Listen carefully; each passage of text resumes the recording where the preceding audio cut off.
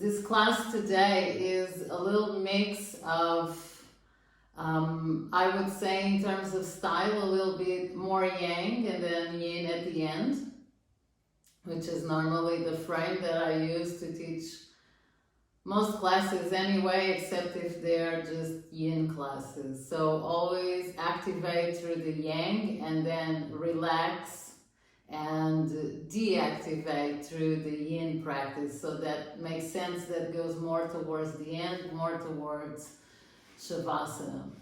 The theme for the class today is to, the aim of the class is to activate the digestive processes. And I want to talk a little bit first about that in terms of what digestion means in this context, and also how can we activate the processes either so that physically is a little bit more efficient, which that's what the sequences will do, is to activate the stomach meridian, to activate the intestines organ, in order to make the physical part of digestion much more efficient.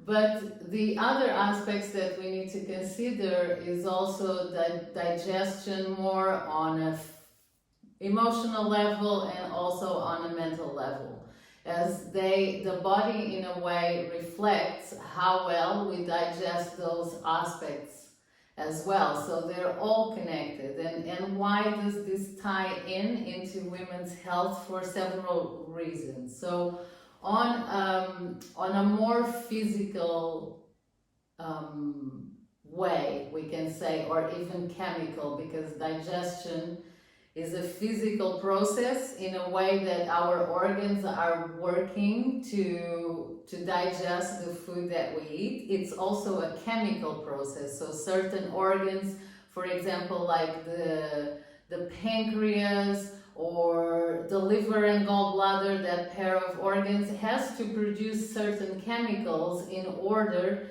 to make sure that we can break down whatever that we eat.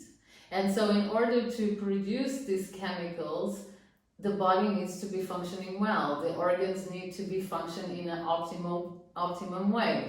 If for any reason, either the function, for example, of the pancreas or the gallbladder gets inhibited, that kind of difficults the process of digestion. So we want to make sure, we want to stimulate the organs in a way that they're functioning optimally, producing what we need in order to break down. And then we come back to our awareness. And our awareness is actually what can make that process more efficient or less efficient.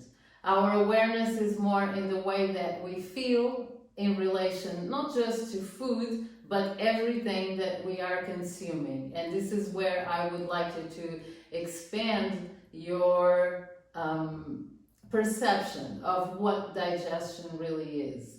Because we have physical digestion, yes, chemicals, and like physical movement of the organs, for example, the stomach.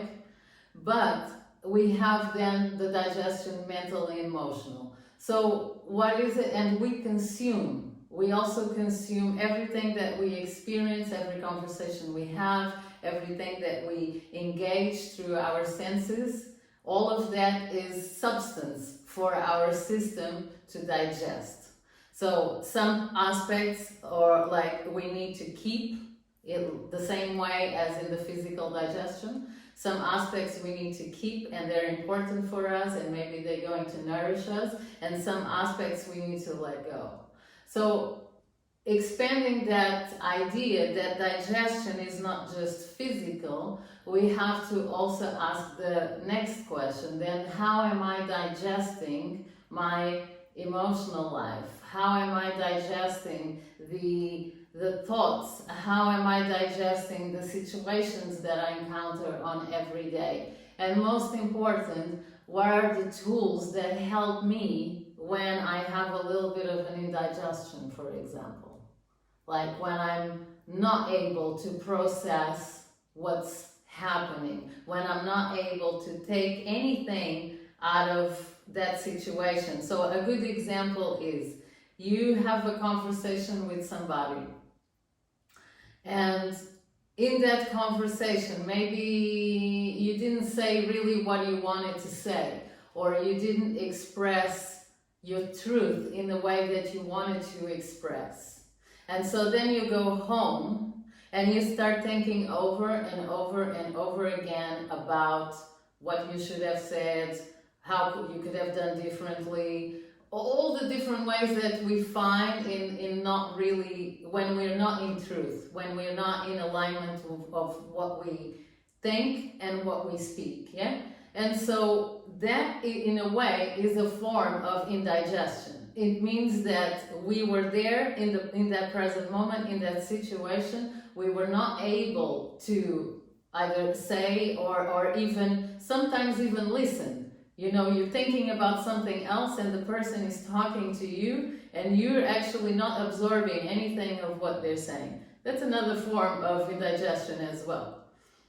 And so what is it that we can do in order to process not just the physical aspect of digestion, but also the mental and emotional? And so this is an example of, you know, we overthinking something that we didn't say, or we didn't say it in the way that we want. So then this thought starts to become repetitive. And the thought becomes repetitive. It means, like, think about it as it's like food that your body is trying to break down, but you can't. And so that's why it causes indigestion. Maybe then you start burping, or you start like not feeling energized after your food, whatever is the symptoms. That happens also on a thought process. And then we have the emotional aspect, which is so important for us, yeah? As women in general, I'm generalizing, but we have this ability to sense and to be sensitive, or more sensitive to the world around you. I'm generalizing. There's men that are very sensitive and they can perceive very well what's around them. And in the other way, there's women that can do that as well. So, but in a general way, we have that ability, we have that tendency to read what's around us and what's needed. But when we are not able to do this, yeah, when we kind of block subconsciously or unconsciously our ability to process and to feel what's happening, we also get into this emotional congestion as well, where we are not able to express what we really feel. And so in an emotional way, if you studied the 5-element system before, you know that each organ is associated with a certain emotion. That emotion expressed in a balanced way is one thing, and then repressed or unexpressed is another. It actually can cause the inhibition for the organ to work properly. So for example, today we're working with the stomach meridian and the earth element, because it's if we want to talk about digestion, if we want to activate digestion, we definitely need to start with the base, with the foundation of digestion, which is obviously our stomach. The stomach is where the food is received, and then we have also the spleen, that is what transports the nutrition around the body. And so we'll start there. And we know that in terms of emotion, the stomach, when it's not functioning properly and it's exposed to too much worry, which is, like we say, the negative expression, the emotional expression of that organ, we know that one of the ways to counteract that is through gratitude and contentment. And when we're in a state of gratitude and contentment, we feel satisfied. We feel satisfied with ourselves, and we feel satisfied with life. It's the same thing with food, right? you know the difference of how it feels in your body when you eat a certain food, that it's really satisfying and digests well, because that's another important thing. Sometimes you eat something that is satisfying, but then the rest of the process of digestion is not flowing at all, and so that's something else that also to look at, in terms of like immediate pleasure or not, but something that is truly satisfying, it's actually long lasting. So when we adopt an attitude of gratitude, an attitude of contentment with life, we're actually bringing satisfaction into our bodies, into our systems. And so emotions play such an important role in how we digest. And so one of the things that I would like to, and we'll do it in a practical way, is to do the physical part to help the organs and the meridians work well, but then also practices, and I'm going to be sending you this through the week, that you can do in order to also help you with the digestion on a mental and emotional level. Some examples could be more like, mental, emotional, you can tie in together when, for example, you do something like journaling. It's a great way of helping you digest thoughts, helping you to digest emotions, how you feel, for example.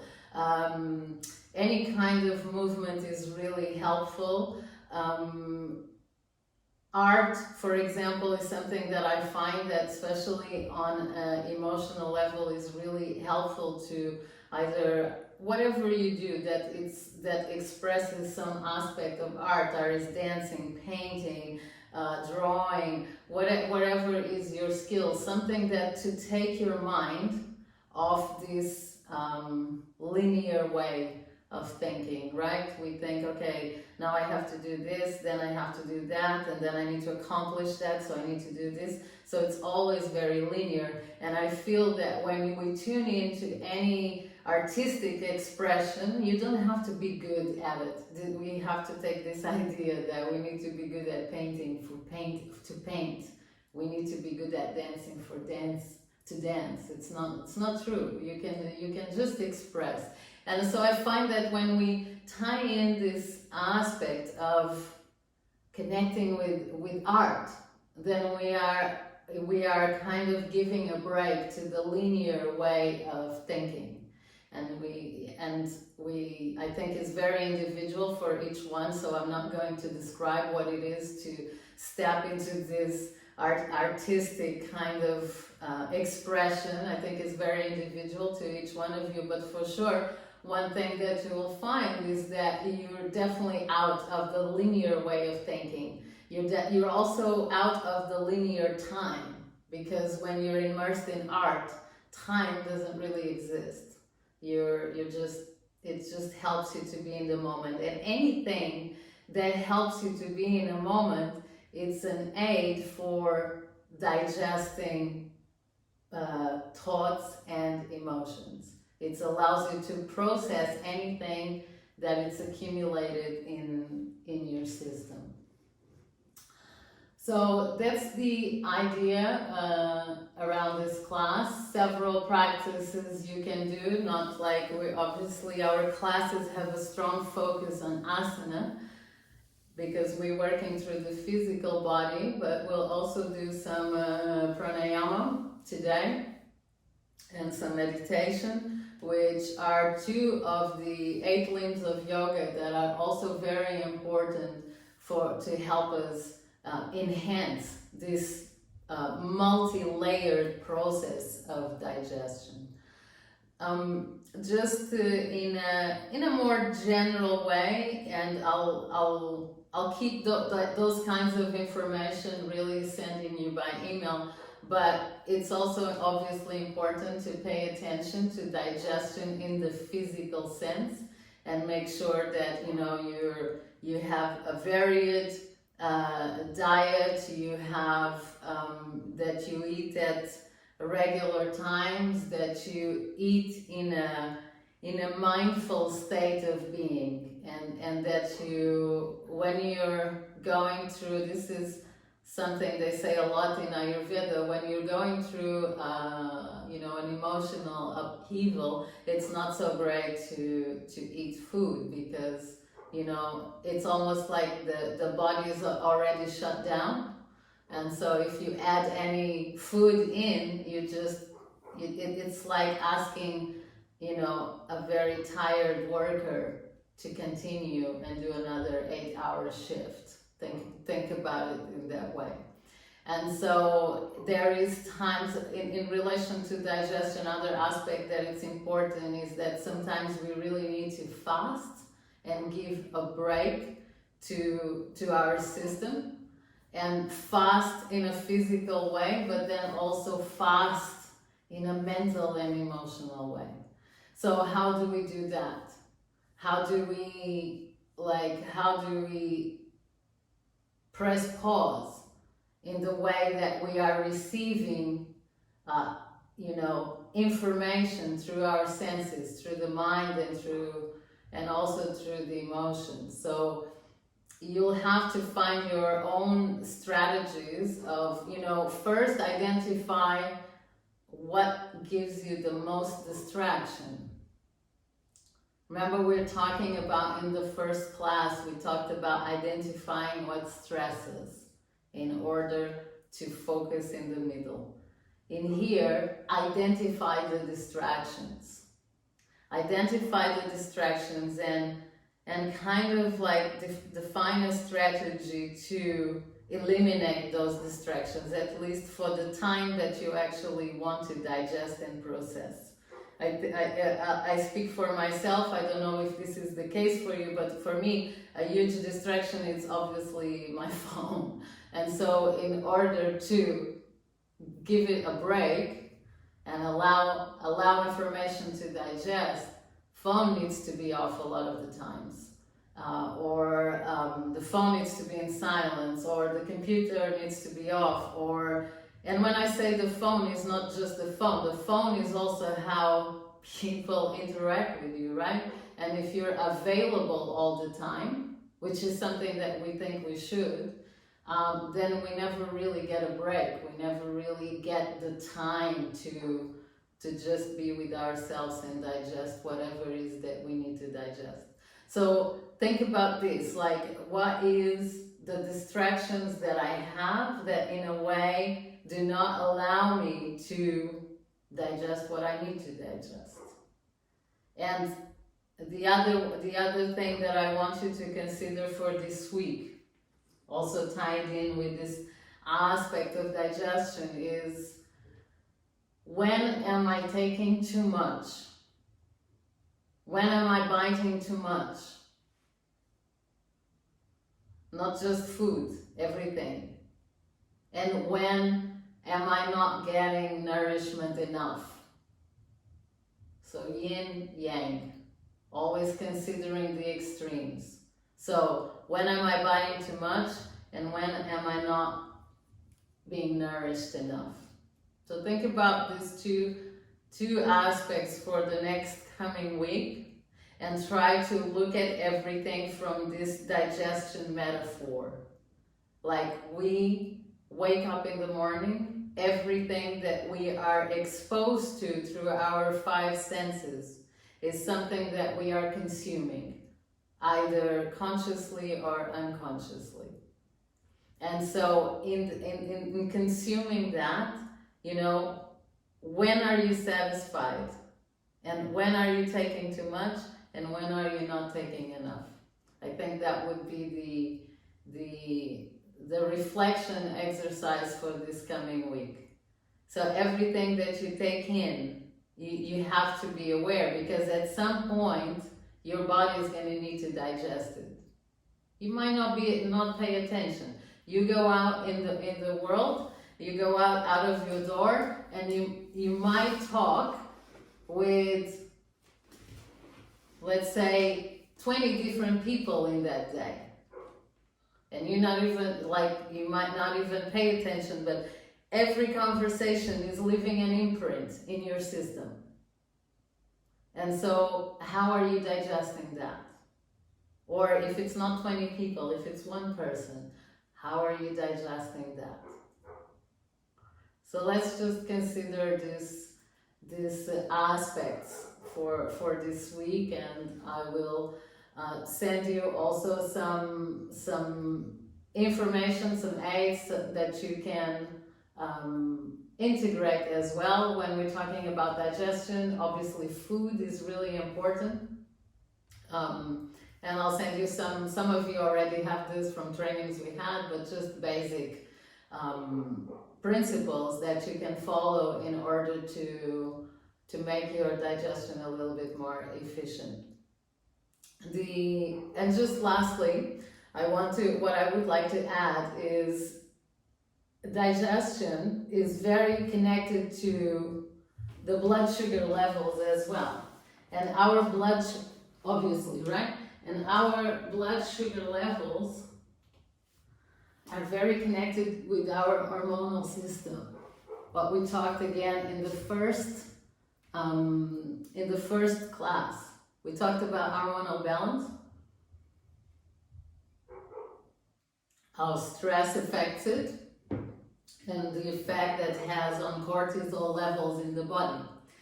And so tying it in and adding in another piece to the puzzle of this hormonal balance, something also quite important is the level of insulin in the blood and how the sugar in the blood is. So if it's very low or very high. So if it's very high, you have some form of inflammation. Could be manifested, like if it's chronic, could be manifested even into diabetes. Diabetes is just inflammation of the pancreas and lack of ability to release the proper amount of insulin to make sure that your blood sugar level is maintained. So that's like too high, yeah? If it's too low, it means that you can't really relax. You don't have enough sugar or glucose, which is sugar. You don't have enough to make your body relax, to make your brain alert. So again, not too high, not too little. When we talk about hormonal balance, we always have to consider and very individual, too high or too low, and you're aiming for the middle. And so in a very practical way, to maintain the blood sugar levels in an optimum level, you need to eat foods that don't have very high glycemic index. In other words, that don't have too much sugar. And everything has sugar, yeah? Pretty much everything has sugar. If you go to the supermarket, you read labels in the back, a lot of things that have sugar. Even natural sugars. You eat fruit, there's sugar in fruit. You eat grains, there's sugar in grains. But you can choose foods that definitely have, and I'm going to send you this chart, that has lower glycemic index. And that's one. The other one is when you eat grains, that sustain your energy for a long period of time. That the sugar that it's released into your bloodstream is done very slowly, which doesn't happen if you eat processed white sugar. Processed white sugar is like a dump of sugar into the body. Blood sugars go really high very fast, and then they crash and drop, and then you need more. So when they crash and drop, that's when you are in this low blood sugar state. And that's why you feel a little bit hyper, and you need another hit of sugar in order to continue. And so you're always in this roller coaster with your blood sugar. So if you eat foods that have low glycemic index and sustain energy for a long period of time, that's one of the ways to go towards the middle. Not too high, not too low. So that's just physical digestion that you can change very quickly just by changing the ingredients that you eat. If you eat white rice, for example, substitute it for brown rice. Not every time, but once in a while. And start introducing that. If you need snacks that are quite sugary in order to give you a boost in the middle of the morning or in the middle of the afternoon, for example, try to replace that with fruit, which also gives you a little sugar, but it's a little bit more balanced and doesn't make your blood sugar spike too much. And so the factor if our hormonal system is balanced or not is very much related with the amount of sugar we have in the bloodstream, which I find really curious because it's something that we can have control of. It's not just something our organs are doing without us having any control. Actually, we do have control in the quality of the blood that we have, obviously, but also more specifically how stable we are. And it's incredible what a stable blood sugar can do for the way that you feel, for the way that you think, for the way that you perceive the world outside of you.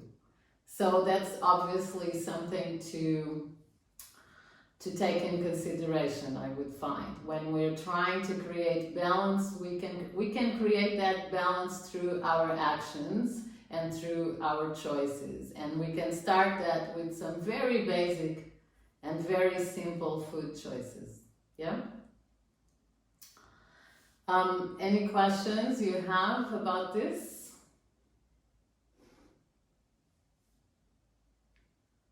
If you need to speak, you just need to unmute your microphone. Yeah, sorry, Sophia. Yeah. Just going back to the beginning, because I think I was a little bit lost at the beginning, because you said at some point, you said the second question that you need to ask is how am I digesting my emotional life? Mm-hmm. So what was the first question? Was it about physical digestion? I think I missed it. I think so, yeah. So first, looking at the physical digestion and then going into the emotional. Yeah, the physical digestion is very easy to assess, right? It's like you eat, the digestion process is all about flow, right? You eat, your stomach churns the food, the rest, then it continues to your small intestine where there's a little selection being made. Okay, I need this, I don't need this. I need this to keep this body working well. This I don't need, so the rest it goes out. So if that whole process is done without much reaction, meaning indigestion, burping,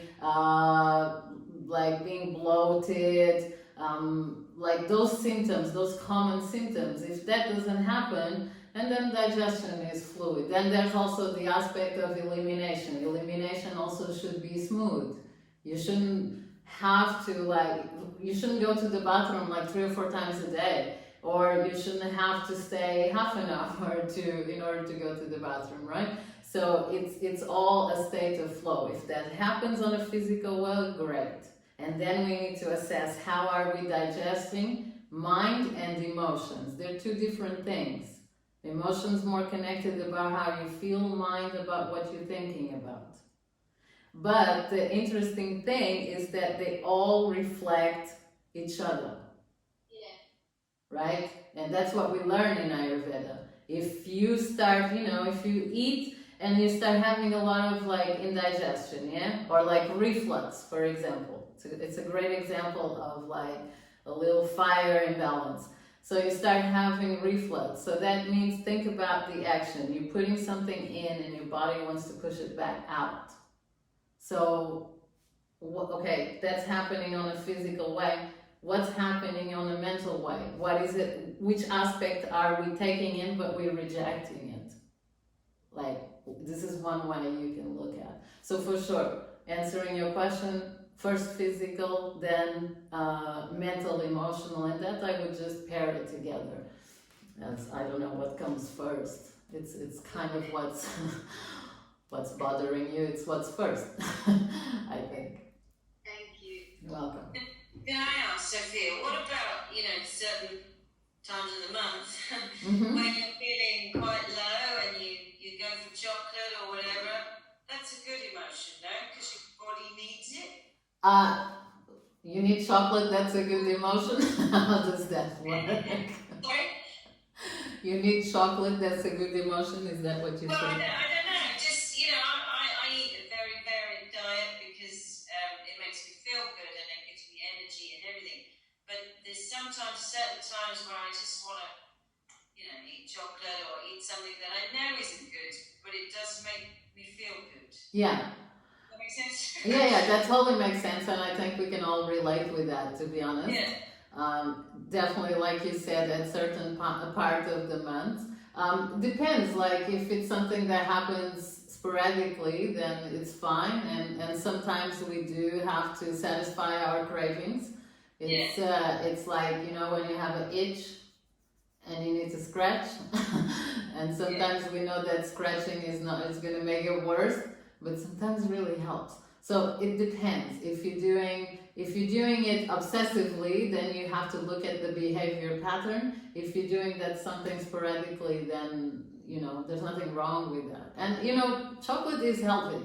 Depends on what chocolate you eat. People always give me this example of chocolate. Chocolate is it's really good. If it's full of sugar and milk, it's not good. But if it's like pure chocolate, then that's great for you. It's full of antioxidants and yeah. The problem is the sugar, always. Yeah. So if you can look at things without sugar, but I think your question, it's beyond the chocolate. It's really more about, I guess what you're asking, is it okay to satisfy cravings? Yes. It depends on the frequency that you have those cravings. Okay. Yeah, I mean, because I suffer with IBS sometimes, and it is depending on how stressed I am or whatever, or what's going on in my world, so it's interesting, and I know if I don't eat properly, I'm going to pay for it. Yeah. It's like the physical digestion, in a way, is really the foundation, and that's why in the 5-element system also falls into the earth element. Also, obviously, other organs are important in digestion too, like the intestines, which we're going to work through it with the sequence as well. But the important part, like the foundation, where it starts, it's in it's not in your stomach, that starts, it's in your senses. But then the stomach is the first organ that receives the food in order to break down, apart from the mouth, right? And so, which the mouth is also part of that same digestive system. It's just an opening. So it's important that we start there. Yeah. Anything else? Yeah. Can I ask about coffee? Yeah. Because coffee often also shuts up the hormone system. Yeah. How is it about the blood sugar, or is there some time that you say no, coffee is no problem, or some situations, or it's always like a damage a bit, or I don't know. Well, it's very individually also. It depends. Coffee on an empty stomach is what's not really a good idea, because it's not so much because you can drink coffee without sugar, and coffee is bitter in nature, it's not sweet. So it's not so much that changes the blood sugar, but if you again add sugar to it, it will. But it's more like coffee. Think about coffee as an accelerator of the metabolism and an accelerator also of digestion. And that's why I refrain from saying, okay, this is bad, this is good, because it's not how it works. It's like, is this appropriate? Like if you have, let's say that your metabolism is a little bit slow by nature, and you just had a big meal. If you drink some coffee, it's actually going to help your digestive process. But if you're somebody that already has a fast metabolism, so it's about the person and the constitution or metabolism and the situation. And so let's say you're somebody already that has very fast metabolism and wakes up and drinks like one big cup of a black coffee. that does not going to work, you know. So it really depends on when and what kind of body type or metabolism, if you want to say it in a different way, the person has. And that's when we say that's appropriate, that's not appropriate. Yeah? Thank you. Magdalena, you wanted to say something? Yes, maybe some you have. You know, sometimes I am listening or I'm doing something so much in depth that I'm forgetting to breathe. And I feel this pain here in my solar plexus, and I'm trying to connect again to my breath, but then I feel it's like every day, it's like chronic in my case, and it's painful. And even now, when I speak, I'm conscious I'm in sort of apnea. Right, yeah. How to get rid of it? Yeah, I'm glad you brought that up because, you know, the breath is very related on how we digest as well. And obviously, I mean, in the end of the day, this is all connected, right? We are breaking it down in order to understand it, but they work all together. So if if your breath is constricted, then that's going to affect how you're digesting not just food, but everything, right? So we like the sequence we're doing today is all around like creating some dynamic energy here in the abdominal cavity. And so by creating space here, you will see that affects positively how the breath, because we have like three cavities, yeah? We have the pelvic one, which we worked a lot, especially on the first class. We have the abdominal one, we're going to work a lot today, and then we have the thoracic one. And so they work together, the three of them. And so by creating space here in the middle one, you'll see that that will affect in a positive way how you breathe as well. If you want some very practical exercise to do just before you eat, if when you feel like that, is just to sit down and do deep diaphragm, I never know how to say this word, diaphragmic breathing. So diaphragm moving down when you inhale, up when you exhale, down when you inhale, up when you exhale. Because the diaphragm is a muscle, right? So the more we train it, the more space we create for the lungs as well. So that's very important, how we feel. And how we feel, we can see, like the breath is such a great reflection of that as well. All right, so you're ready to practice? Okay. I heard the last class was really strong last time. So I made a little milder sequence today. It's more like efficient, I would say. The word is really efficiency for this time.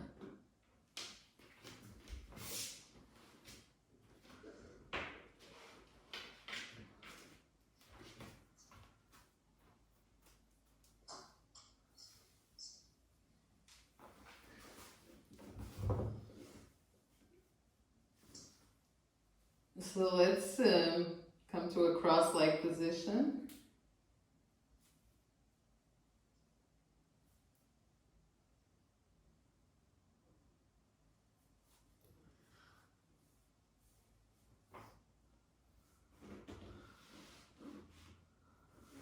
I'm gonna ask you all to mute your microphones if they're not.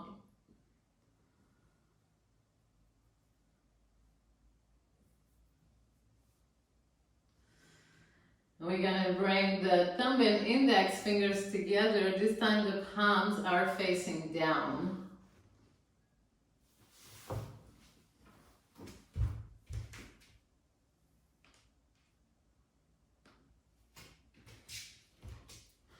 And so we want the palms facing down in order to create some grounding energy. Grounding is super important in order for our digestion to be efficient and smooth and flowy.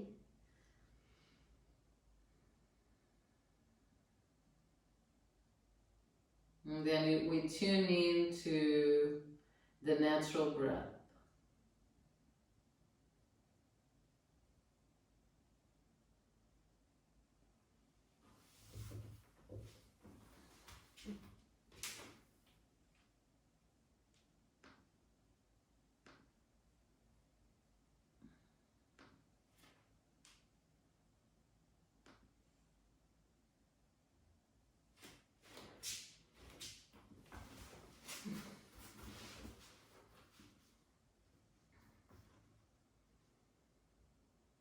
And then start to extend the inhalation and slow down the exhalation.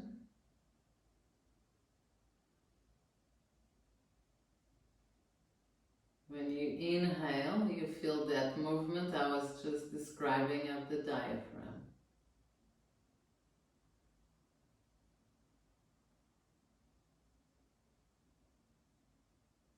When we inhale, we extend the diaphragm all the way down towards the belly button. And when we exhale, we feel the diaphragm relaxing and lifting all the way up towards the base of the ribcage.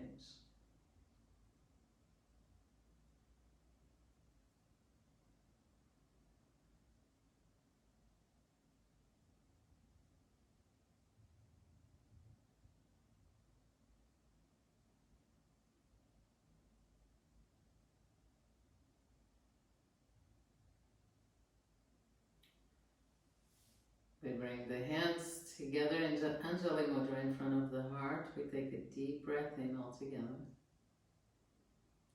We open the mouth and exhale.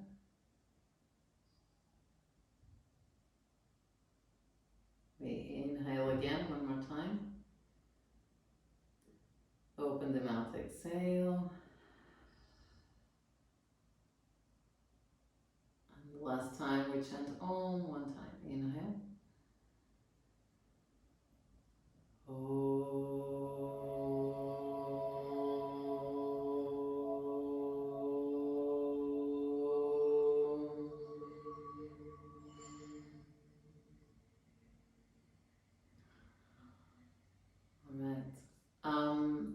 Some of you don't have your microphone off, so if you could just do that. It's lovely to hear your ohms though, but I think that will be better. Okay, so let's start by coming into Virasana. And for now, here, first we're going to tuck in our toes under, then we'll come into the full pose. But for now, let's just tuck in the toes. Stretching and opening already our meridians here. And then we're going to make a little fist with the hands. And we're going to place it in the lower part, like below the navel, so lower belly. Yeah, elbows there are open out to the side. We take a deep breath in and we stretch the front of the spine, and then we exhale and we bow all the way down. When we do this, we relax the elbows down. So when we relax the elbows down so that the feet, they can go in towards the belly. Lower yourself down. And then start making small circles with your wrists. So you start massaging the lower part here of the belly.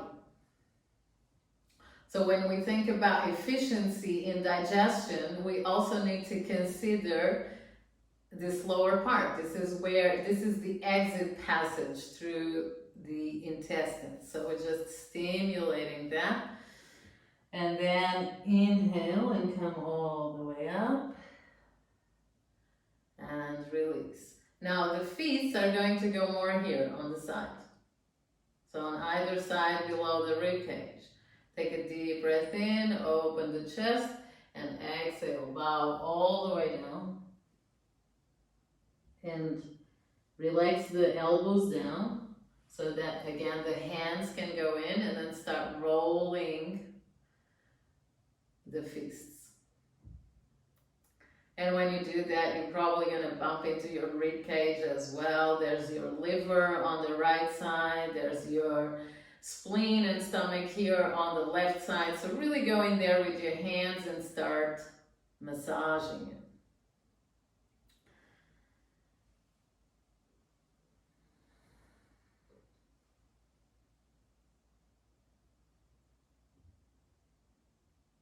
And then inhale and come all the way up. But the last one is gonna go here, so like right below the sternum. This one might feel awkward just when you massage it. So same thing, inhale, lift your chest, and then exhale, bow all the way down. If you experience any kind of nausea during that, you can just stop. Otherwise, just continue to roll your wrists, relax your elbows down, and really feel like all these parts of your torso and organs. And then inhale and come all the way up again. Good. Now you're going to put your fingers together like this, and then, the nails go together like in this shape, and then you're going to go, you put it in that same place you're massaging, and then you're going to make small circles clockwise. And when you do that, you feel how is your abdomen. Is it soft? Is it tight? Normally, I know that in popular culture, we should have 6 packs and the belly really hard. But in terms of like organ health, it's great that the belly is actually soft, means no tension. And then we also have to see what's muscles and what's organs. It's different. So just 3 times clockwise. So clockwise means it's the same direction as digestion. And then if you find one spot that it's a little bit more tight, you can just stay there, massaging with your fingers and starting to activate digestion. Then just with the palms of your hands 7 times.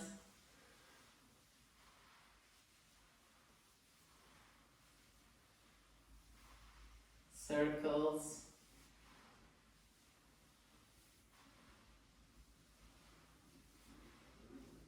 And once you finish, just relax. You can lay down on your back. And I'm just going to guide you through this.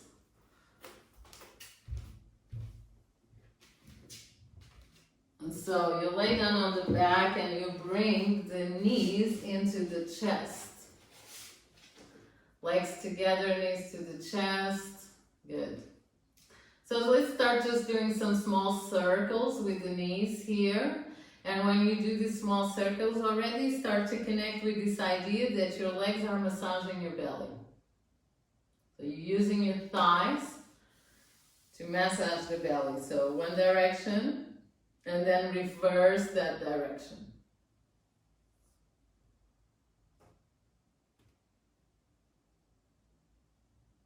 Good. And then inhale, stretch the legs all the way up.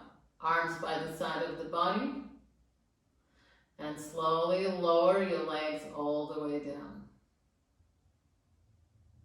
Make sure to tuck in gently here your tailbone, so when you bring the legs down that your lower back does not leave the floor. So that's really important. So press the lower back down. Now take a deep breath in and bring your right leg up. And then exhale, bend the knee and squeeze that right knee into the chest with the exhalation. Good. Inhale, stretch the leg up. And exhale to release all the way down, all the way down. Good. Inhale, left leg up. Exhale, press into the chest. So on the breath out, you're creating space. Inhale, stretch the leg back up. And exhale, lower down. Inhale, right leg up. Exhale, knee to the chest. Empty the air completely. Inhale, stretch the leg up. And exhale, lower down. Inhale, left leg coming up. Exhale, bend the knee, squeeze into the chest. Inhale, stretch all the way up. And exhale, lower down. One more time, inhale, the right leg comes up. We exhale, empty the air completely. Press the knee, that's it, massage. Inhale, stretch up. Exhale, release. Inhale, left leg all the way up. Exhale, press. Inhale, stretch up. And exhale, release. This last variation, inhale, right leg up. Exhale, press the knee into the chest. And now hold it there. Lift your chin towards your knee. And lift that left leg just a few centimeters off the floor. Good. Every time you exhale, you're going to, that's it. Every time you exhale, you're going to press that right knee stronger into the chest. So you really get into that right side of the large intestine as well. Keep lifting your chin towards your knee. Good. Just a few more breaths.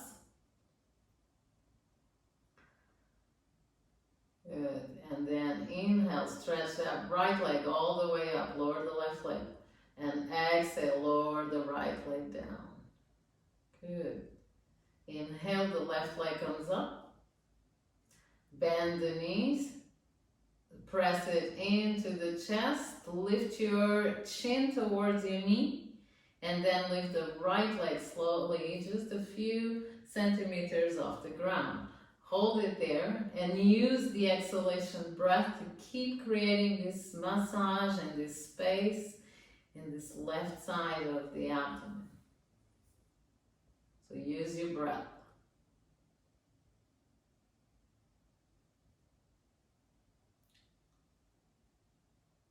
Good. And then inhale, stretch the leg, the left leg all the way up.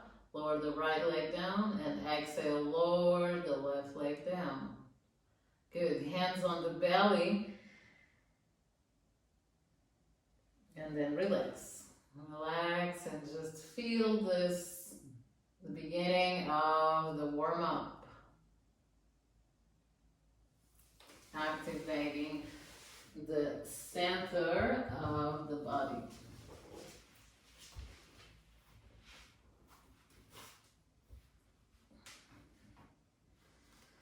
And then from here you can release the hands by the side of the body, bend the knees. And start opening also the stomach meridian here. So you're just going to do some rounds of cat-cow. Half bridge. So we inhale, we tuck in the pelvis, press the big toes into the ground, lift the pelvis up. Open the whole front of the body. Today you can come all the way into lifting the pelvis all the way to the chest. And then exhale, slowly, slowly, vertebra by vertebra, come down. Keep that integrity. We've been talking in the other classes when we do this pose of activating the inner leg. So that's where your spleen meridian is once you press the big toes on the ground to lift up. You can do this at your own rhythm. And then exhale to slowly lower down.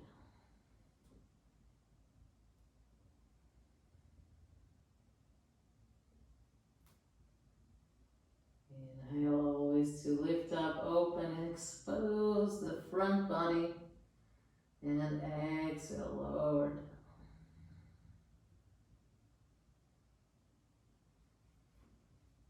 Inhale. And exhale. Good. Next time you inhale and you're up, just hold it there. And then exhale, keep the pose. And then you're going to inhale, take the heels off the ground, make sure the weight is really on the root of those big toes. And exhale, lower the ankles down. Inhale, lift up. Exhale, lower the ankles down. One more time. Inhale, lift up. This time, hold it there. Press. And exhale, lower down. Good. And then again, bring the knees into the chest. Press.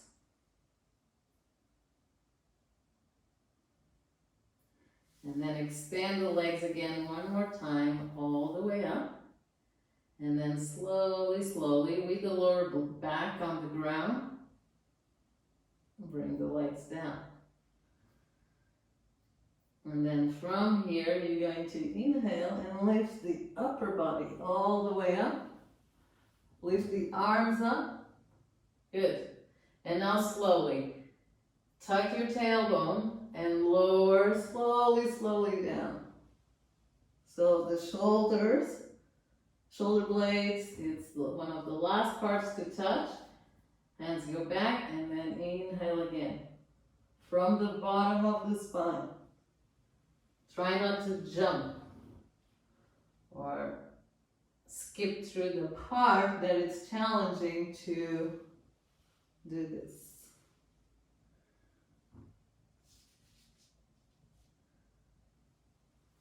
So keep going. So you're not stopping at any part of the movement. It's a continuous, fluid movement.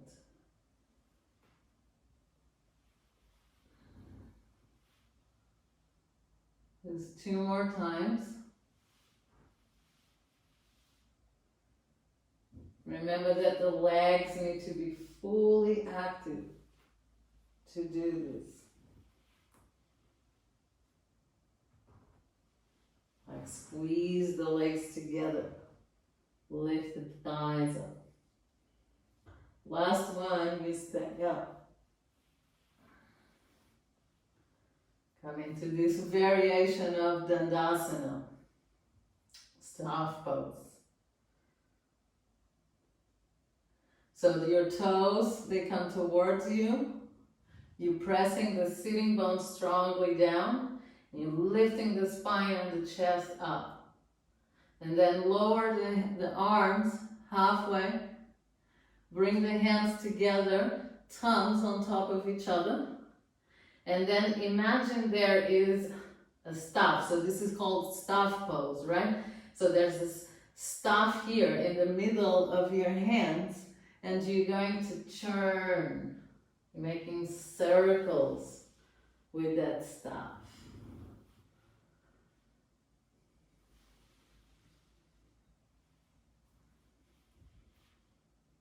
So one direction, it's like you're steering something, right? So you can make it like smaller, or you can make it wider. Your arms, they stay straight the whole time you're doing this.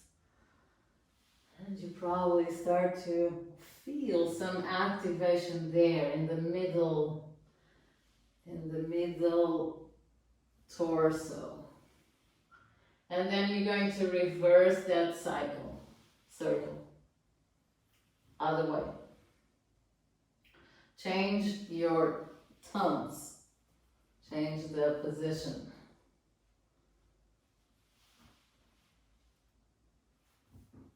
So back and forward, left and right, creating circle, legs are active.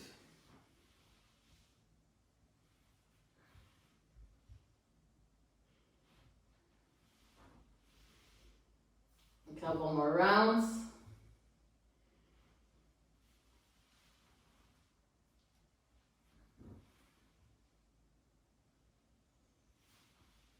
Good, and when you finish, lift your arms again, all the way up.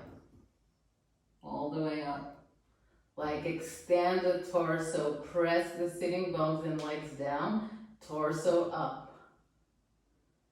Deep breaths, belly breaths, chest breaths, all together.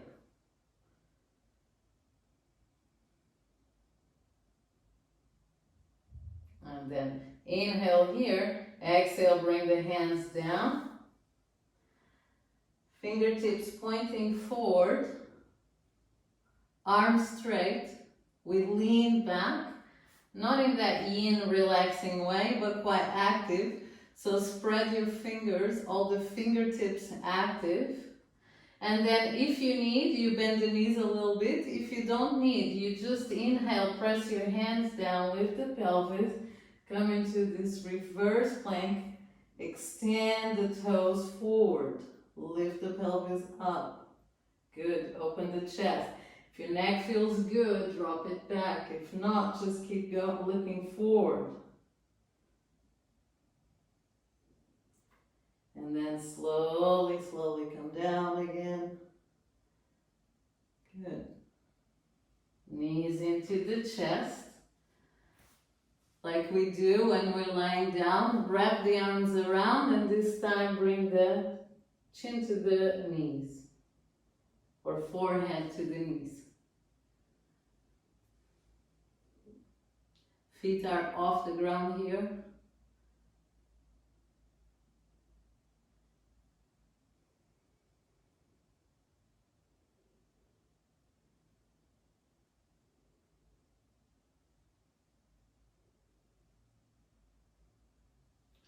And then cross your ankles. Inhale, lift your head up. Bring the hands forward. Lift the pelvis up. Uncross the legs. Come to your first downward dog with the knees bent. Downward dog with the knees bent. You can do that variation that we've done other times where the legs are wide as the yoga mat. The hands are also wide, so space for the pelvis, space for the chest.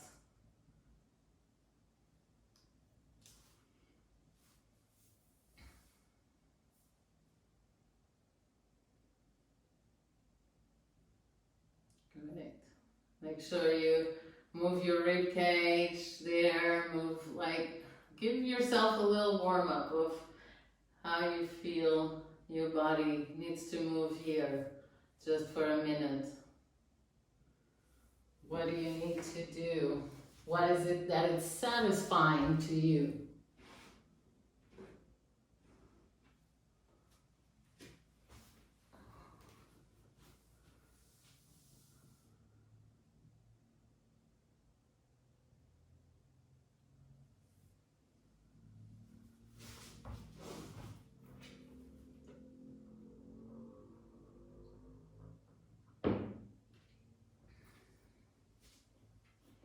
And then from there, you're slowly going to walk forward towards your hands.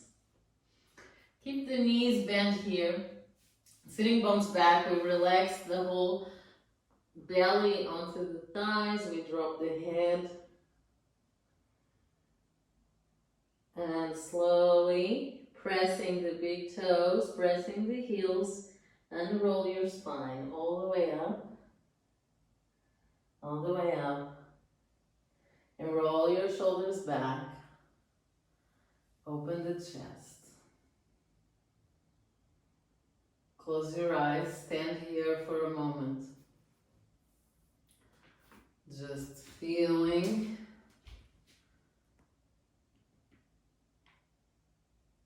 the sensations now in the middle section of the belly.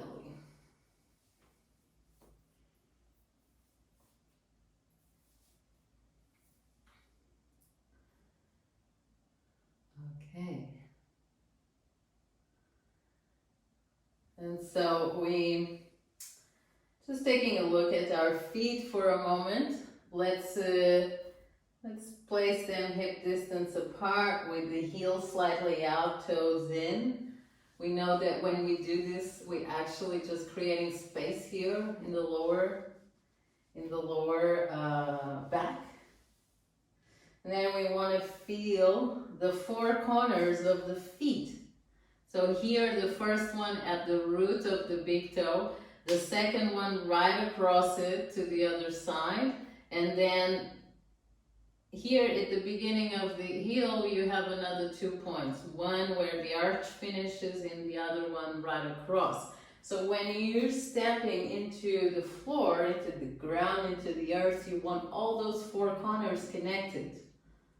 So we're working meridians, but we also obviously working the physicality of the body through the asanas. So let's activate that, so we'll make sure that the alignment is there.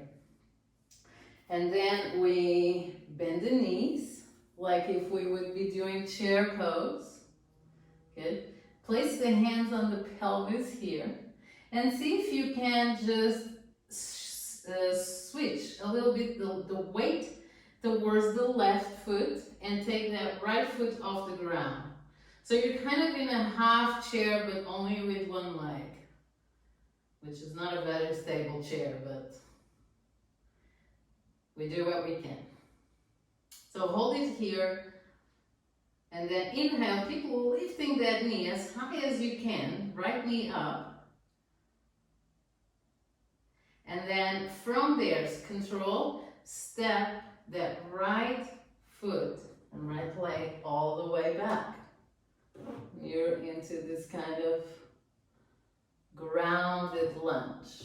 The back leg is really active, really strong. We inhale, we bring the arms up. Good. Press that left big toe strongly down. Inhale here, and then exhale. Bring the hands all the way down and step into downward dog.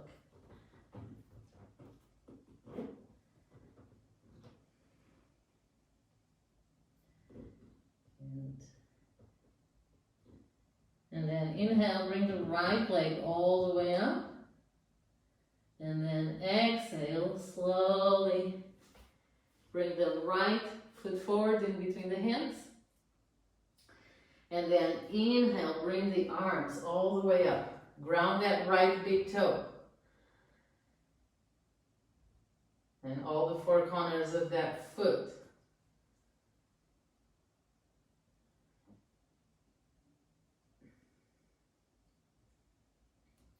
So just 3 breaths here. Press the left leg back. So it's just activating the spleen channel, bringing leg energy to the legs. Interestingly enough, when we want to work the digestive system, we have to do it a lot through the legs, because that's where the earth meridians are, stomach and spleen. And then slowly, you're going to lower the hands down, bring the hands to the pelvis, and then step forward, but bring the left knee in. So you're kind of in that same position as we started, reverse leg. So you're balancing now on the right, big toes and foot.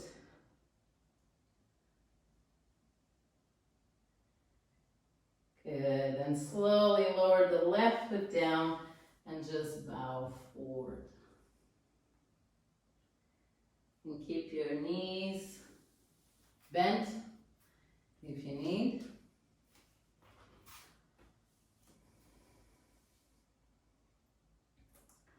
And then if you feel the space in the lower back, then extend the legs all the way back and come into full forward bend.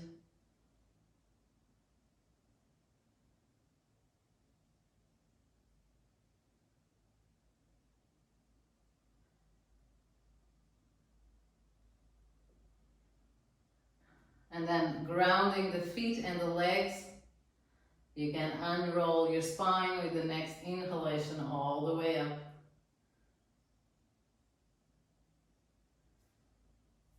Roll the shoulders back, open the chest, and release.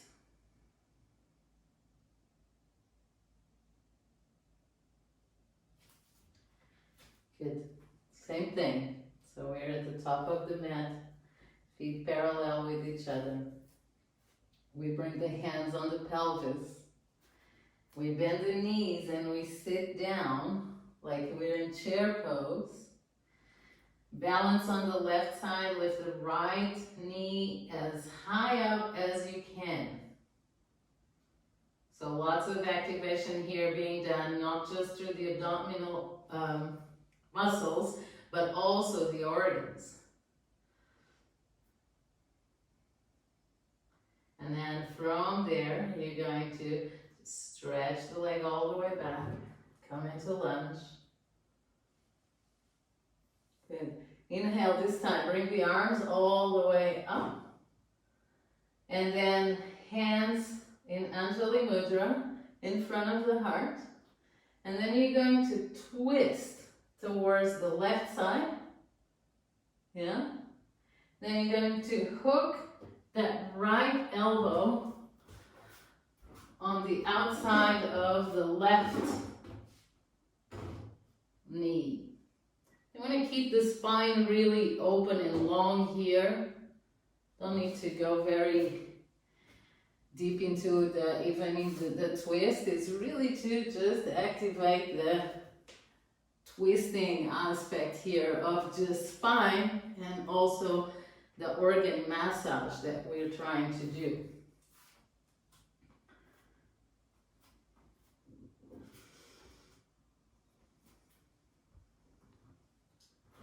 And then inhale, slowly come to center. Extend the arms all the way up. And exhale down. Step into downward dog.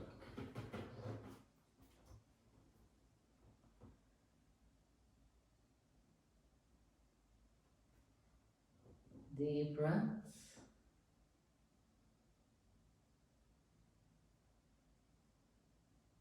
And then inhale one more time. The right leg comes all the way up. And we exhale. Bring it forward. Good. Inhale, ground the foot. Inhale, come all the way up. Arms up. And then exhale, hands in front of the heart. Anjali Mudra. First, twist towards that right side with your torso, not hooking up anything. And then exhale, then you hook the left elbow onto the outside of the right knee. The spine stays long here. The chest is open, so you can breathe deeply.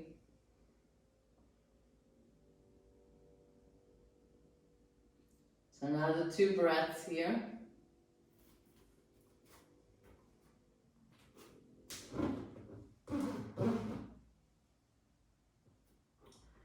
Good, and then slowly inhale, come into the center. Extend first the arms all the way up. And then bring the hands onto the pelvis.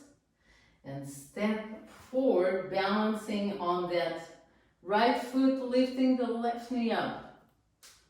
Lift me up as much as you can. And keep bending and flexing that right knee.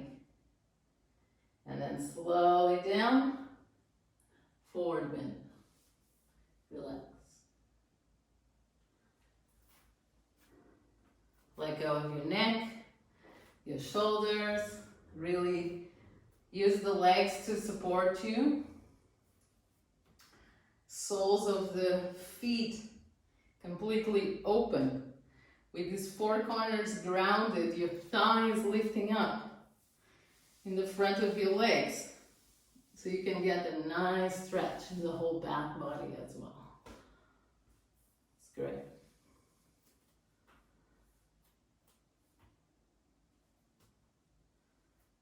Good, and then slowly, slowly press the legs and feet down, heels down, and then unroll your spine all the way up.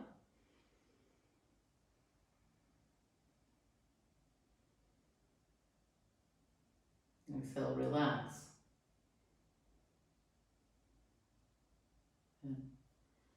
We do a little balancing pose. Same principle where we balance on the left foot. So activate all the four corners of the foot. And then you're going to make this figure 4 here with your leg if possible. So it's above the kneecap, so not on top. Yeah. Good. And then inhale, bring your arms all the way up. And then slowly bend that left knee. Come halfway. Just want the halfway. It's the halfway that allows us to press that root of that left big toe strongly, activating that spleen meridian.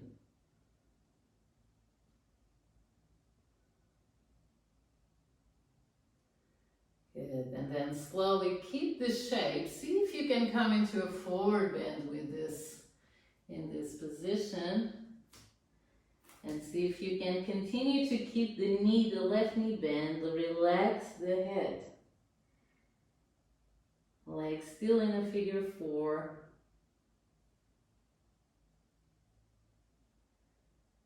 And then slowly, slowly come back up.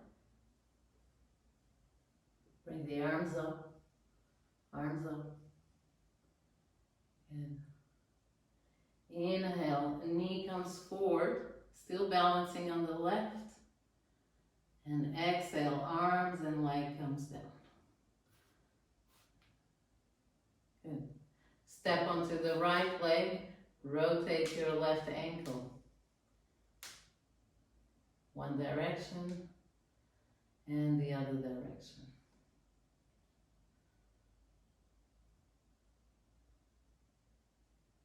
Good. Legs parallel to each other. This time we balance on the right.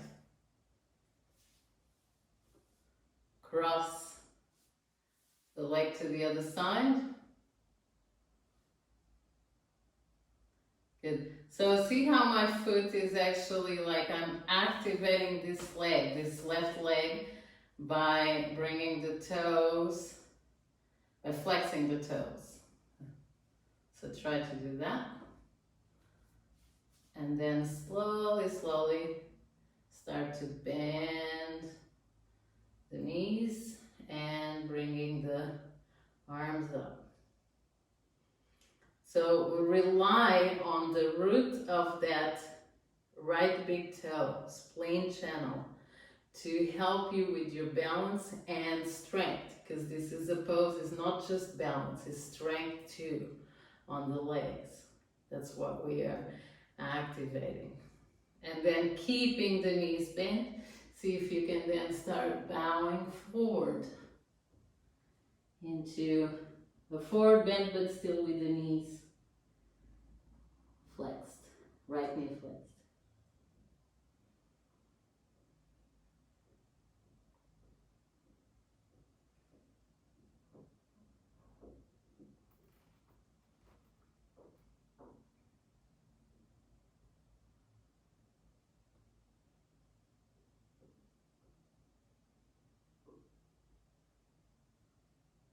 Slowly, slowly, we come back up.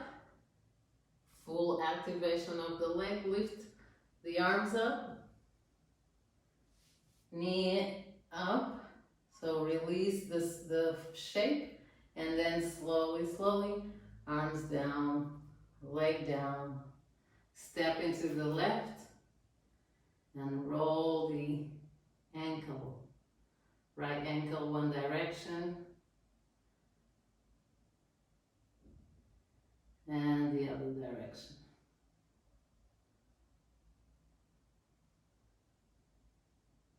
Good. Now, feet again parallel. We inhale, bring the arms up. Keep the arms up. Take the heels off the floor. And slowly, slowly start to bend. Come Come all the way down, until you're resting on your heels. Resting and balancing on the heels. Lift the arms up, like we did in Dandasana or staff pose. So the torso wants to extend high up, creating space in the front and the back of the body at the same time. Good. Now from here, we're going to come up. So press the roots of the big toes strongly down. Come up. Full activation of the thighs. The heels are off the floor. And exhale, forward bend. All the way down, heels down. Inhale, look forward. Exhale to release down. Inhale, right leg comes back. And we exhale into down dog. Okay, we inhale and we bring the right leg one more time all the way up. And then we exhale, right knee towards the right wrist. We come into pigeon. Yes. Good. Now, you may use your fingertips by the side of your thigh, or you might need some blocks. See how it works. Yeah. And then use the support of the right side of the right hand and see if you can bend the left knee. You start feeling that stretch in the front of the thigh. That's your thigh muscle, but that's also your stomach meridian. So this pose is a great pose for opening the stomach line all the way through the front of the leg and the front of the chest too. Keep the rib cage rotated forward. Toes pointing, the left toe pointing up. And then slowly release the leg. Bring the hands forward. And you're gonna come from here into plank.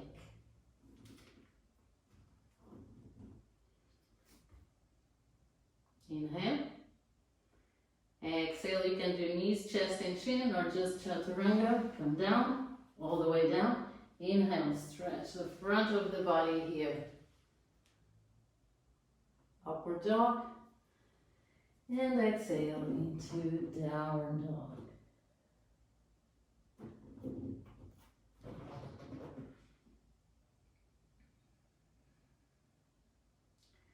We inhale, we bring the left leg all the way up. And we exhale, bring it forward. Left knee towards the left wrist. Pigeon on this side. So first come to the fingertips or block. We balance a little bit with the left fingertips, left side, and then we bend the right knee. Get a hold of the ankle, and then you'll see that the body wants to turn to that open side, so you turn it forward. What's important here is that you feel the stretch in this whole front of the thigh into the body. This is the stomach meridian, highest meridian in the body.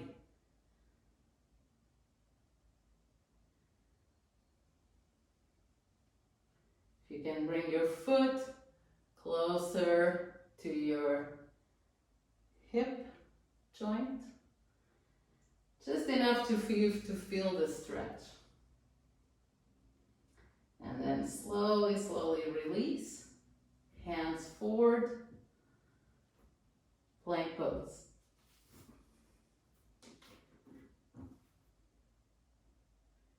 Inhale, and then as you exhale, come down to the chaturanga. Body stays on the ground. Inhale, come up. So upward dog, but with the knees down. And then exhale back into downward dog.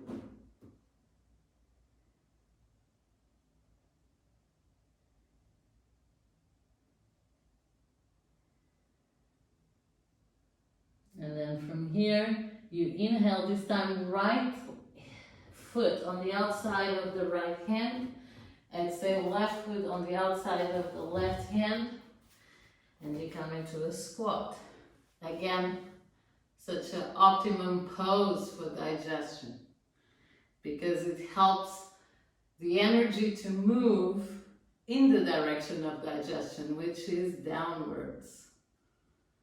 So when we have indigestion, it's a great pose to do, because indigestion energetically it just means that the energy is not able to come down, so it stays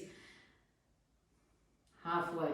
So this is just promotes the downward movement, which is very similar to the effect that squat also has on the menstrual cycle.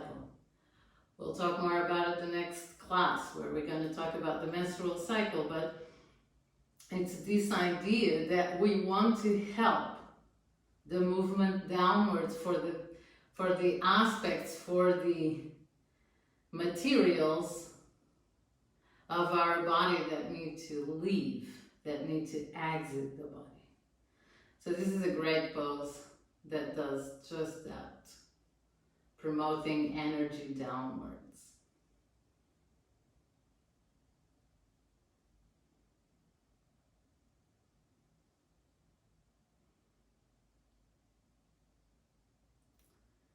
And then slowly release the hands.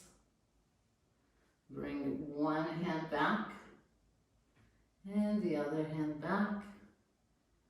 And you can sit down.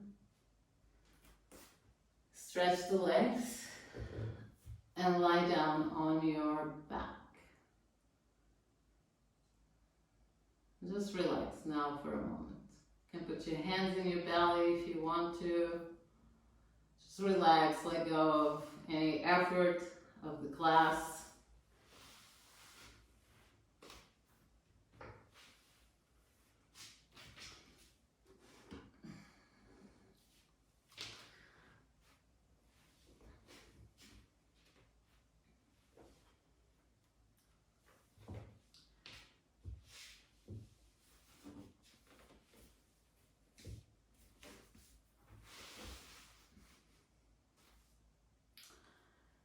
And then we're going to move in towards the last sequence of the practice, which is a sequence of shoulder stand, yeah? So a few things to be cautious about shoulder stand. One is if you're menstruating, skip the pose, and I'm going to give you a variation, which is more lying on, sitting, and doing wide leg forward bend, for example, a great pose to finish, or butterfly, Baddha-Konasana, also great variations for if you're menstruating. The other aspect to take in consideration is any kind of neck instability or injury, yeah? So if that's the case, we're not going to put pressure onto the cervical vertebra, so we can do also these variations of sitting. If you're okay with it, let's just go ahead and prepare for shoulder stands. So you can just lie on your back at the top of your mat, and you bend your knees. And you just bring the knees into the chest. So you can use your hands. Yeah. Good. And I want you to listen carefully to the instruction, because you shouldn't really be looking at the screen, and I'm not doing the pose anyway, so just listen. The arms, now they go by the side of the body. Rest the arms by the side of the body and use your abdominal strength to bring the knees towards your forehead. So use the core, knees to the forehead. Now bring your hands to your lower back. Good. So the hands, they're going to stay here for a while, just until you get to the stability of the pose. If you are not doing shoulder stand, open your legs wide and just slowly move into a very gradually wide leg forward bend. So if you are on shoulder stand, the hands are there on the lower back to give you that stability. And then in there you can roll your shoulder blades together, roll the elbows together, and you'll see that immediately you have much more space in the chest. Okay? The next stage is that you anchor your upper arms and your elbows to the ground in a way, in the same way that we did when we were grounding the feet and the four corners of the feet. Let's do the same with the elbows and the upper arms pressing down and helping us to lift, almost like having this feeling of lifting away from the ground.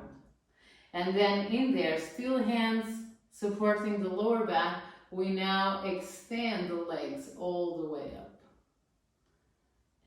Legs are active, yeah? The leg, no dead weight. So squeeze your thighs in. That's it. Press now. Flex the toes towards you, but then press the balls of the feet high up. So it's like a counter action here with the feet. Toes down, but the ball of the foot high up. Great. Now you have the structure, the physicality of the posture. Let's work on the breath. So either in shoulder stand on wide leg forward bend. Let's work the movement of the rib cage, yeah? So we know that the breath has influence on everything, obviously, but especially in the digestive process as well. So we want to, now that we are in this reversed position, let's extend the diaphragm as we did in the beginning. So inhalation, that diaphragm muscle extends, stretches, and on the exhalation it releases. And you'll notice that when you release on the exhalation, the organs, they go in deeper into that cavity, into the abdominal cavity. So let's look at that movement. See if you can again create more space in the front of the chest, in the front of the body, in that position. What do you need to do? Maybe you need to squeeze in the elbows more together, or maybe more rooting of the forearms and the elbows into the ground. If you are doing the wide leg forward bend variation, you're now going to turn towards your left leg, and you keep bending forward, but now from the side. So you're putting some nice pressure here on the left side, where your spleen organ is. Good. If you are in shoulder stand, now you're going to do a little sequence with your breath, yeah? So you take a deep breath in here with the legs extended, and then when you exhale, bend the knees and bring them towards the left shoulder.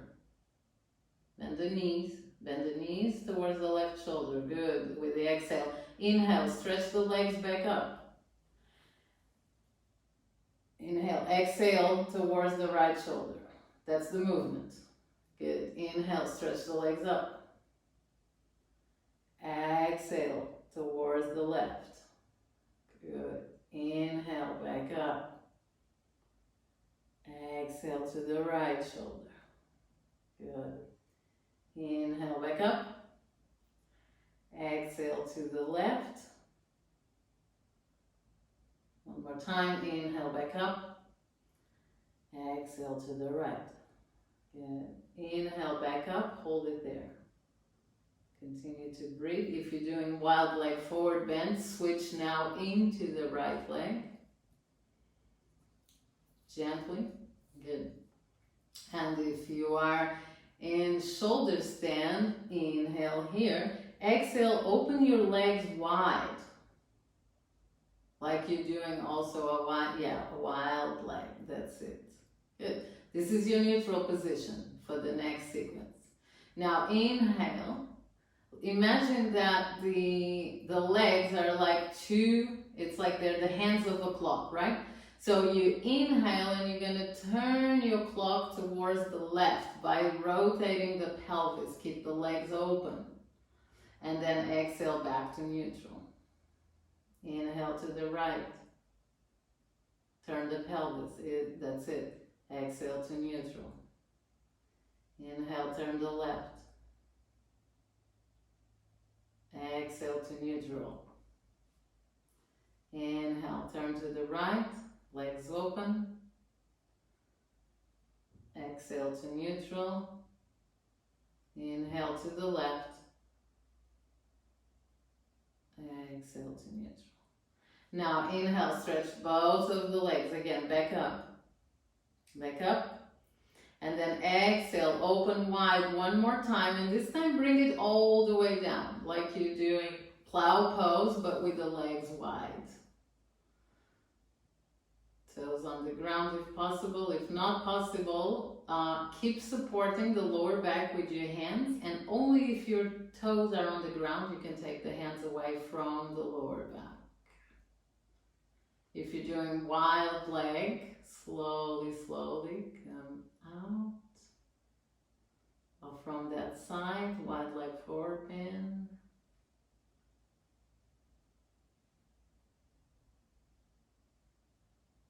Good. And now on shoulder stand, let's move into full plow pose. So now walk the feet towards each other, legs together. So if the toes are on the ground, then interlock your fingers behind the back and extend, open the chest.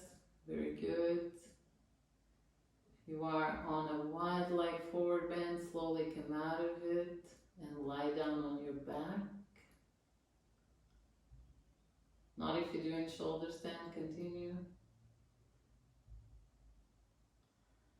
And then if you're doing shoulder stand, then we're slowly going to come out of the pose, but using the core activation.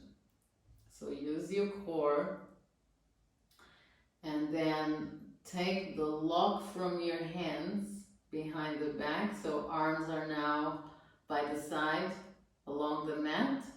And then slowly roll one vertebra at a time back to the mat. So the sacrum and the coccyx are the last part to touch from the spine, to touch the mat. And only then you lower your legs down. Very slowly. Use your core. Lower back on the ground, that's it. Hands on the belly, relax.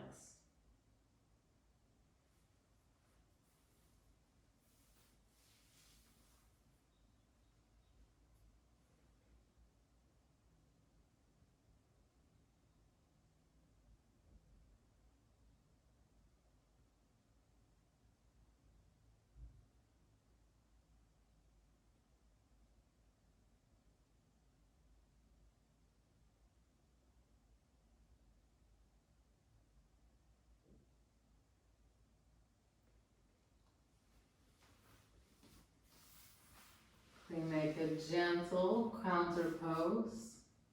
So slowly bring the legs together. And come up into the elbows first. So 2 movements. We first press the elbows down to lift the chest. Slide back, place the crown of the head on the ground. So either slide back or bring the elbows forward. And then keep lifting the chest. So same action here as we are doing in shoulder stand by pressing the elbows down, lifting the chest, this time also opening here the throat. Now you're going to take a deep breath in, and then you open your mouth, put your tongue out, let it go. Yes, one more time, inhale. Deep breath, open the mouth, tongue out, tongue towards the chin. Last time, inhale, and exhale, tongue out, spit the air out almost. Good, yeah. And then inhale, lift your head up.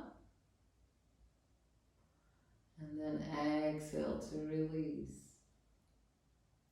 Good. Again, take just a minute. Turn your head from side to side. Turn your neck, shoulder to shoulder.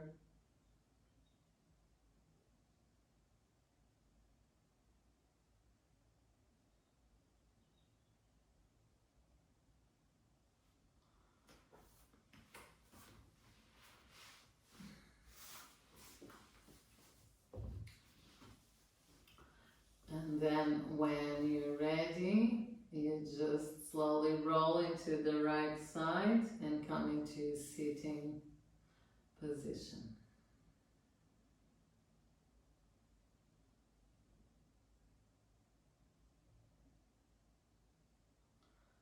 Thumb and index fingers together one more time, palms facing down. We're going to do Brahmari breath to prepare us for Shavasana. So I'll do the first round. So Brahmari breath is the humming sound, and that it's done on the exhalation. So by lengthening the sound, we're also lengthening the exhale. So I'm going to just do the first round so you can hear. I take a deep breath in.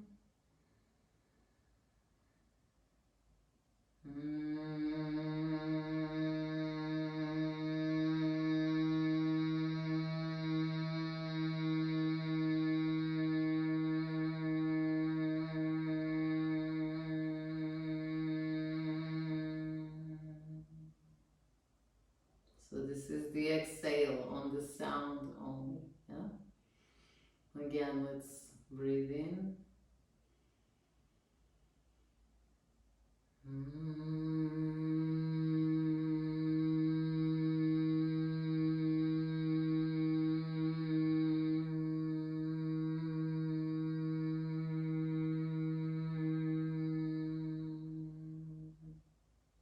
Almost sounds like a om, but with the mouth closed.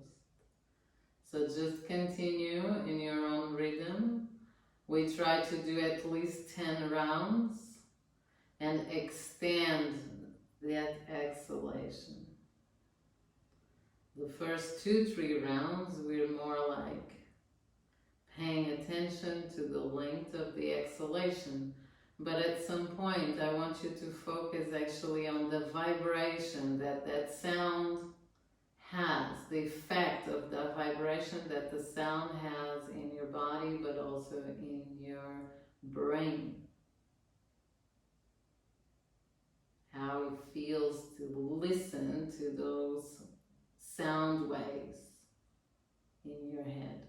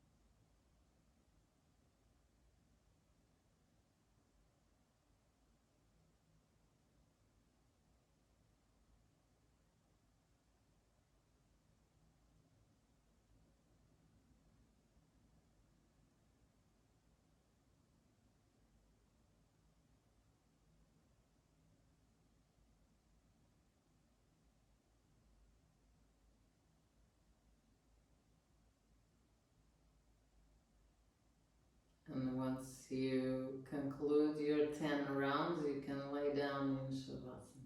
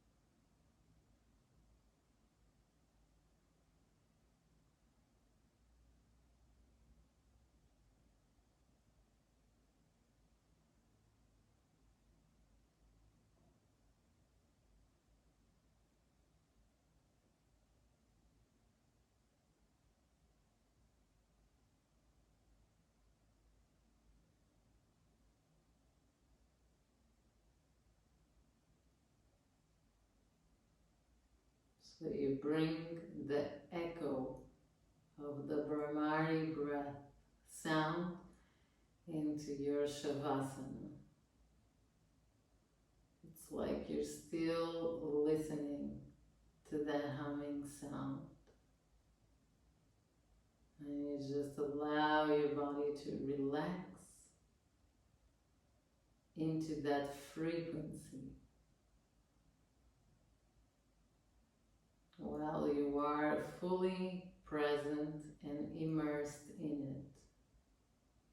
Remember that Shavasana is never to sleep, is to allow everything to reset, all our systems to reset while we are a witness to it, which is very different than just lying down and falling asleep.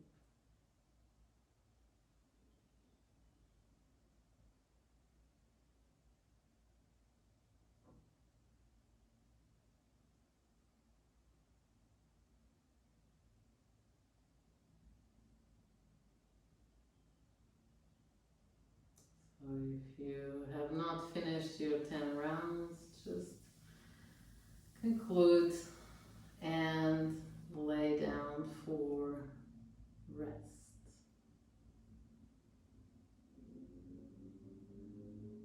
And reset.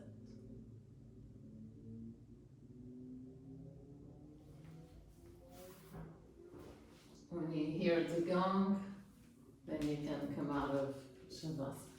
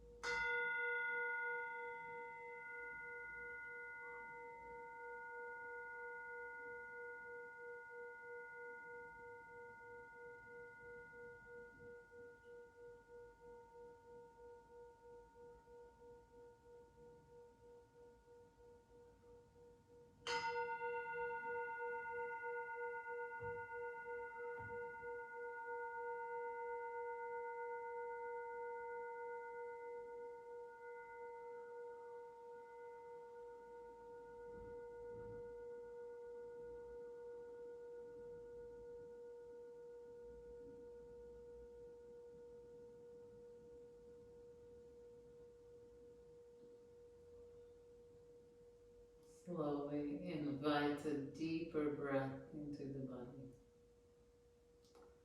first and foremost.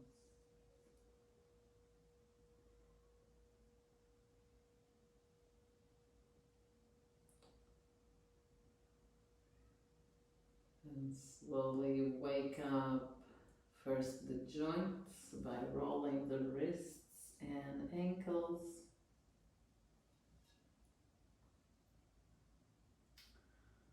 We bring the arms over the head and allow the body to stretch and open naturally.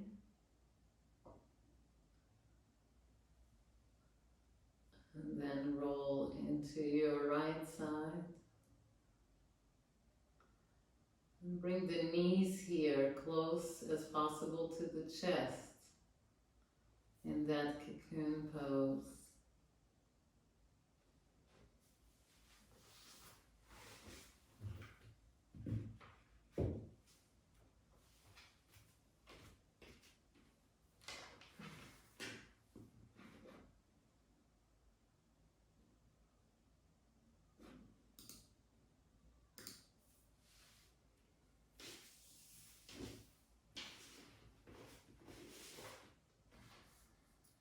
Then when you're ready, slowly you can come up to sitting position.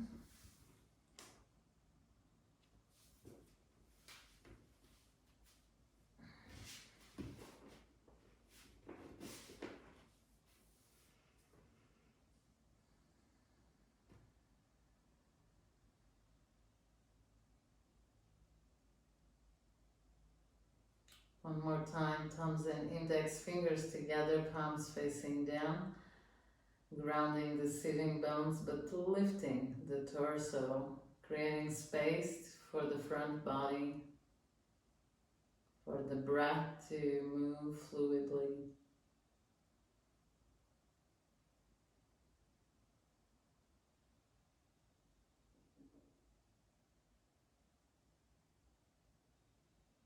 Watching how we feel in that abdominal area.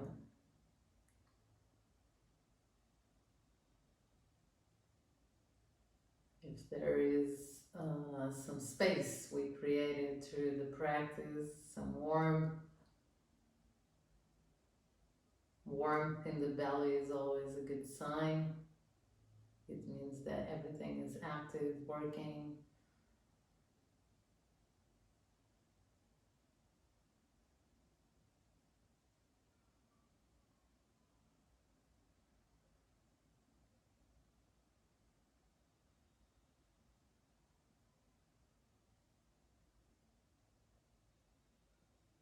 And we finish the practice just with a self-reflection of what is something that I could do today that would bring me satisfaction.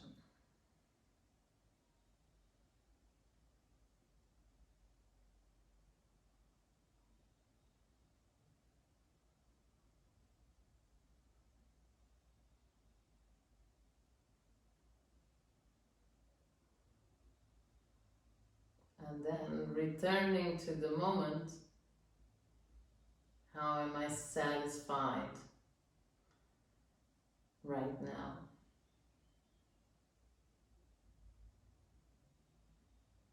Does my body feel satisfied with the movement, the practice, the activation I just did?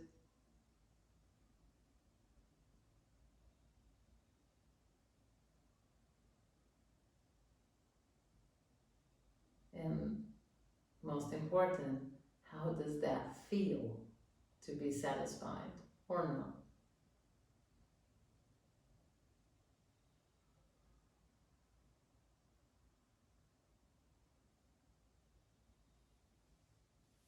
And then bring the hands together in front of the heart. A deep diaphragmic. breath. Inhalation. Open your mouth, exhale, let the air all out. Inhale once again. Exhale. We're gonna close with the humming sound, the longest that you can do. So no om, just humming. So we take a deep breath all together.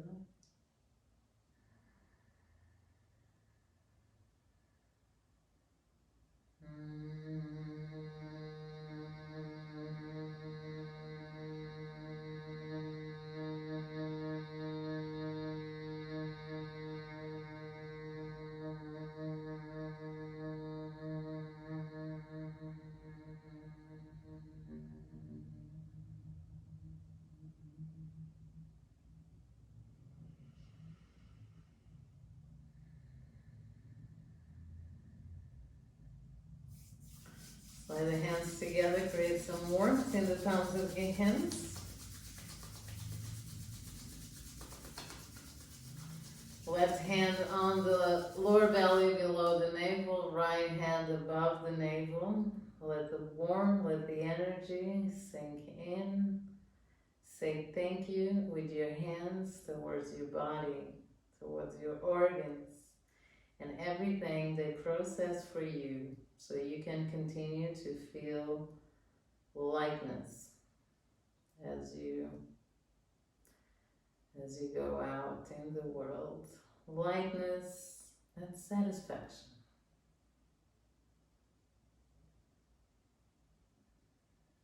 And then when you're ready, you can just release the hands. And yeah, that's it for today. If you have any questions, you can unmute your microphones and just ask. If you don't have any questions, you're welcome just to close the practice and log off. I'm here for some time.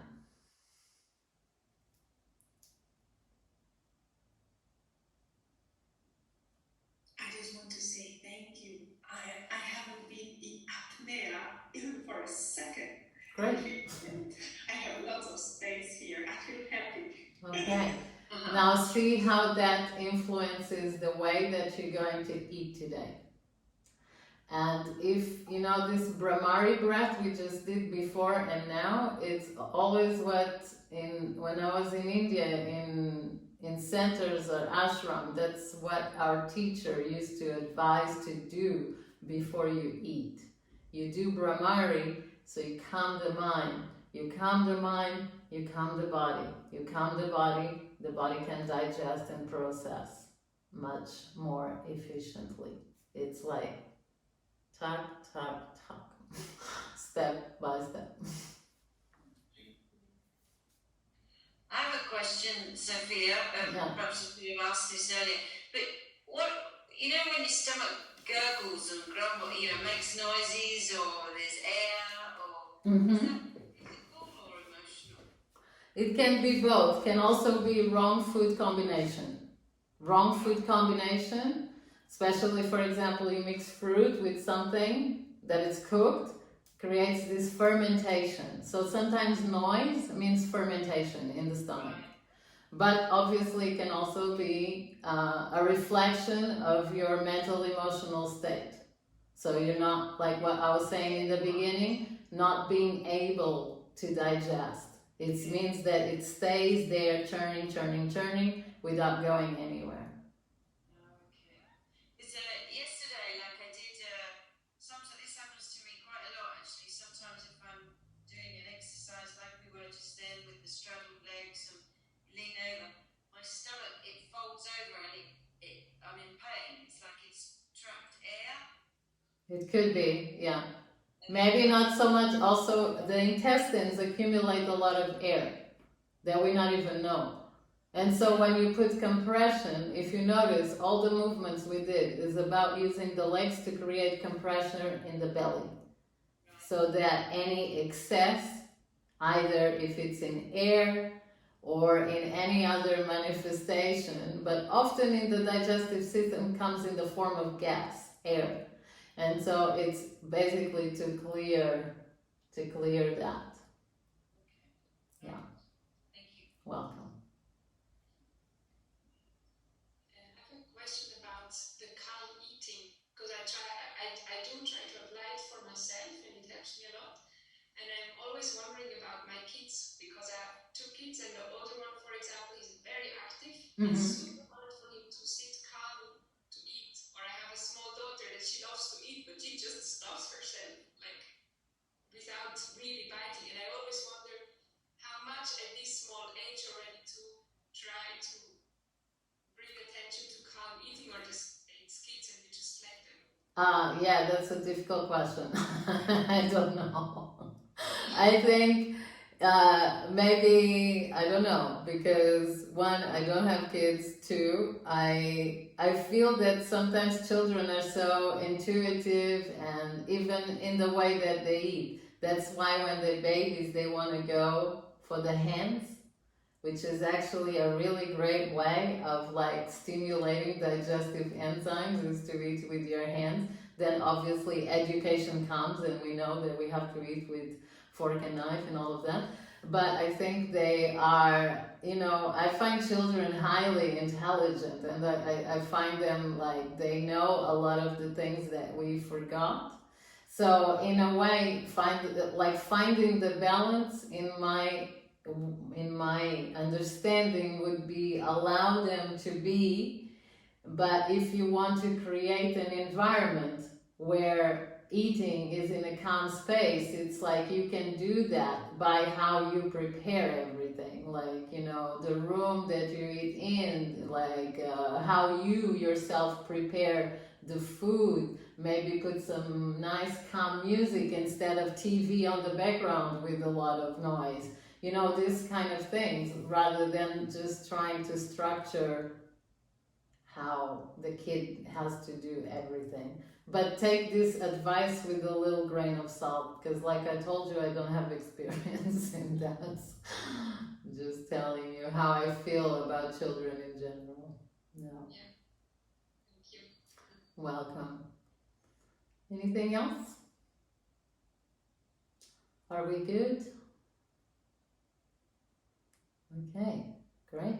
Well, then I'll see you next Sunday, and I'll send you some things during the week, some aspects of, some ideas about digestion and also about food, especially what we talked about this, making sure we're picking foods for our daily consumption that don't spike our blood sugar too much.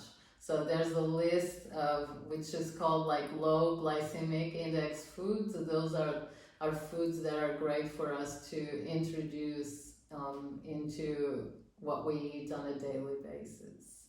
And then the rest, that digestion is tied up with everything, basically everything that you consume, consciously or unconsciously, on a mental or emotional or physical way.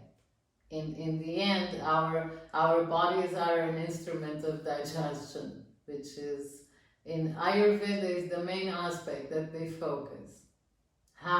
What's the power of your metabolism to digest whatever is coming to you? So we just want to optimize how that is done, and recognize if there's an inhibition on how that process is done. We recognize what's stopping our digestion to be efficient, to flow, identify that, and then change the habit, and then the symptom goes away. That is the philosophy of these more holistic systems that look at health in this in this more holistic way. Yeah. All right. I'll see you next Sunday then, where we'll talk about the menstrual system. Ciao. Ciao. Take care. Bye. Bye, Sophia. Bye. Thank you, darling. Glad you made it.